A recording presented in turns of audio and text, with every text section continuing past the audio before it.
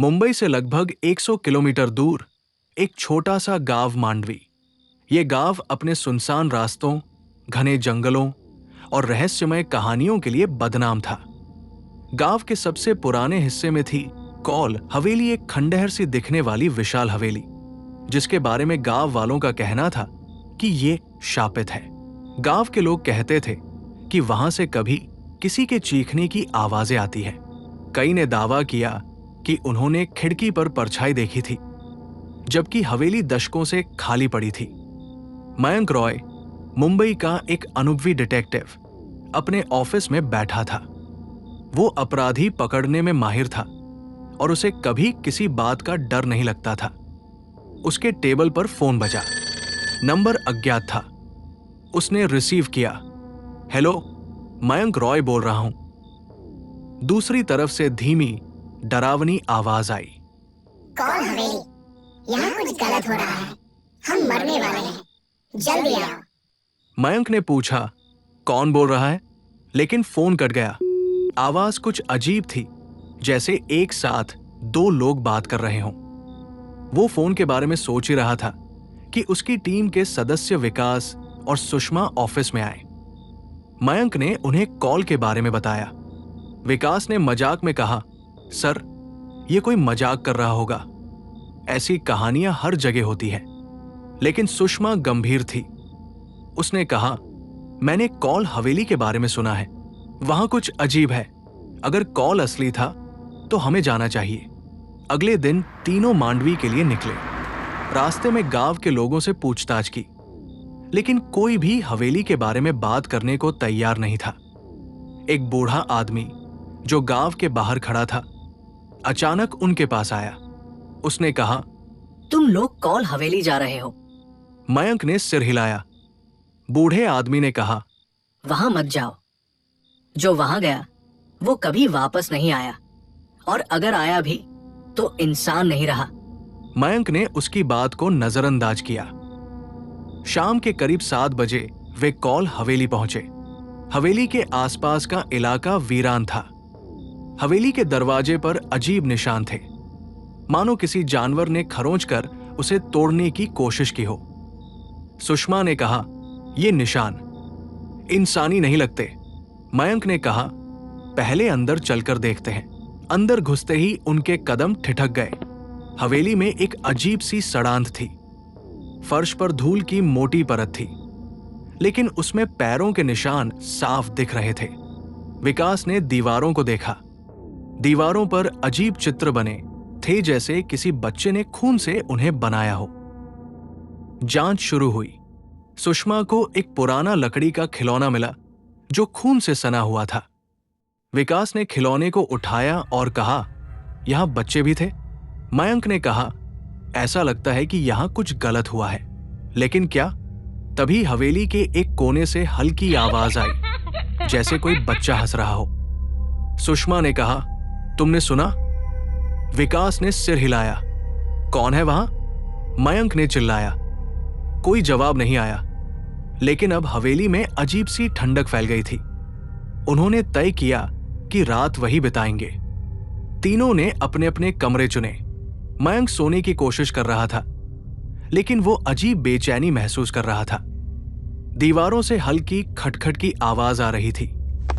रात के करीब 2 बजे अचानक मयंक की आंख खुली।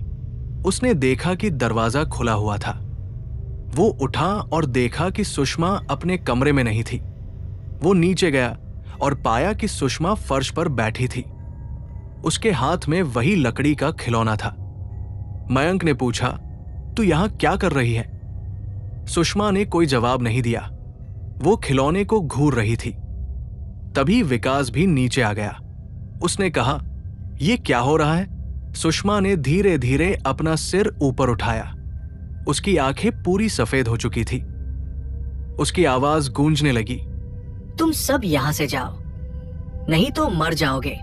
उसने खिलौने को हवा में उछाला और खिलौना अपने आप जलने लगा। तभी खिड़कियां अपने आप खुलने लगी।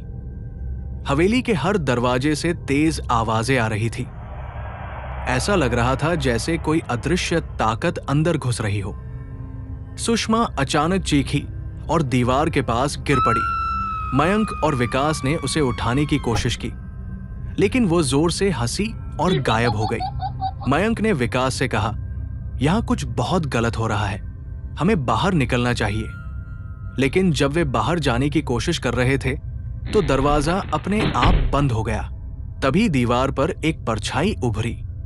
ये किसी इंसान की नहीं थी, ये लंबी, पतली और डरावनी थी। परछाई मयंक की ओर बढ़ने लगी। मयंक ने चिल्लाकर कहा, ये क्या है? लेकिन जवाब में सिर्फ वही डरावनी हंसी गूंज रही थी। हवेली की खामोशी अब भयानक शोर में बदल चुकी थी। हर तरफ से अजीब आवाजें आ रही थीं, चीखें, रोने की आवाज और कभी कभी धीमी सी हंसी। दरवाजे बंद हो चुके थे और मयंक और विकास अब हवेली के भीतर फंसे हुए थे। मयंक और विकास ने हर जगह सुषमा को ढूंढने की कोशिश की, लेकिन वो कहीं नहीं मिली। हवेली के एक कोने में अचानक हलचल हुई। दीवार पर खून से लिखे शब्द उभरने लगे, तुम्हारा वक्त खत्म हो रहा है। तभी ऊपर की मंजिल से एक भयानक चीख आई। दोनों तेजी से सीढ़ियां चढ़कर ऊपर गए। वहां सुषमा एक पुरानी खिड़की के पास खड़ी थी। उसके चेहरे पर एक भी इंसानी भाव नहीं थे। उसकी आंखें सफेद थी और उसके हाथों में वही खून से सना खिलौना था। मयंक ने कहा, सुषमा, तुझे क्या हो गया है? नीचे आ।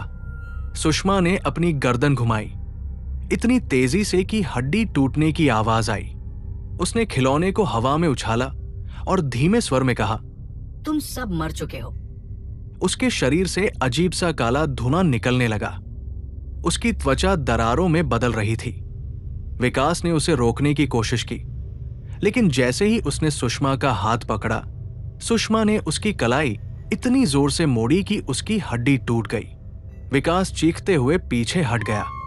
सुषमा ने अपनी जगह से छलांग लगाई और सीधे खिड़की से बाहर गिर पड़ी। मयंक और विकास तेजी से नीचे भागे। बाहर जाकर देखा तो सुषमा का शरीर जमीन पर पड़ा था, लेकिन उसके चेहरे पर एक अजीब मुस्कान थी। मयंक ने देखा कि उसकी हथेली पर कुछ खरोंचें थी, जो किसी भाषा में लिखी हुई लग रही थी। ये कोई इंसानी भाषा नहीं थी। अब मयंक ने तय किया कि उन्हें हवेली के तहखाने की ओर जाना होगा। तहखाना बंद था, लेकिन दरवाजे पर बड़े बड़े लोहे के ताले लगे थे। मयंक ने कहा, जो कुछ भी हो रहा है उसका जवाब यही मिलेगा।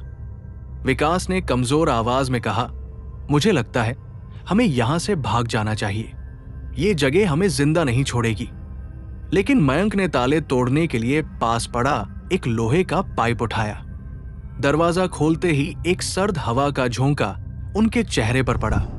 तहखाने में अंधेरा था, सिर्फ टॉर्च की रोशनी थी, जो भी बहुत कमजोर लग रही थी। अंदर जाने पर दीवारों पर खून के पुराने निशान दिखे। ऐसा लग रहा था कि यहां किसी पर अत्याचार किया गया हो।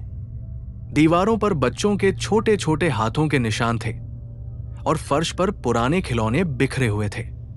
अचानक एक खिलौना खुद ब खुद मयंक के पैर के पास आ गिरा। विकास ने कांपती आवाज में कहा, यह खिलौना, ये वही है जो सुषमा के पास था। तभी तहखाने के कोने से एक औरत की धीमी धीमी रोने की आवाज आने लगी। मयंक ने टॉर्च से रोशनी डाली। कोने में एक परछाई बैठी थी, उसकी पीठ उनकी तरफ थी। मयंक ने पूछा, कौन है वहां? विकास ने मयंक का हाथ पकड़ा और कहा, चल यहां से। परछाई धीरे धीरे मुड़ी।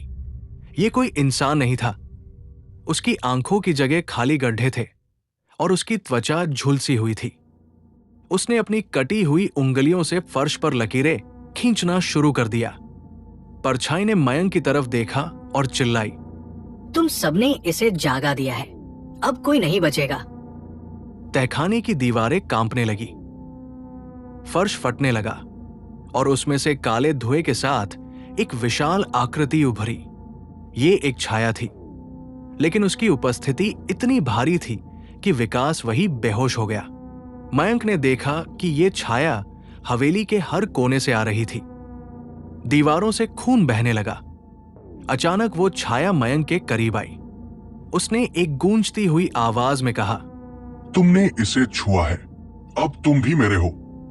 मयंक ने खुद को बचाने की कोशिश की। उसने एक लकड़ी का टुकड़ा उठाया और छाया पर वार किया, लेकिन वो छाया उसके शरीर में घुस गई। मयंक ने अपनी आंखों में जलन महसूस की।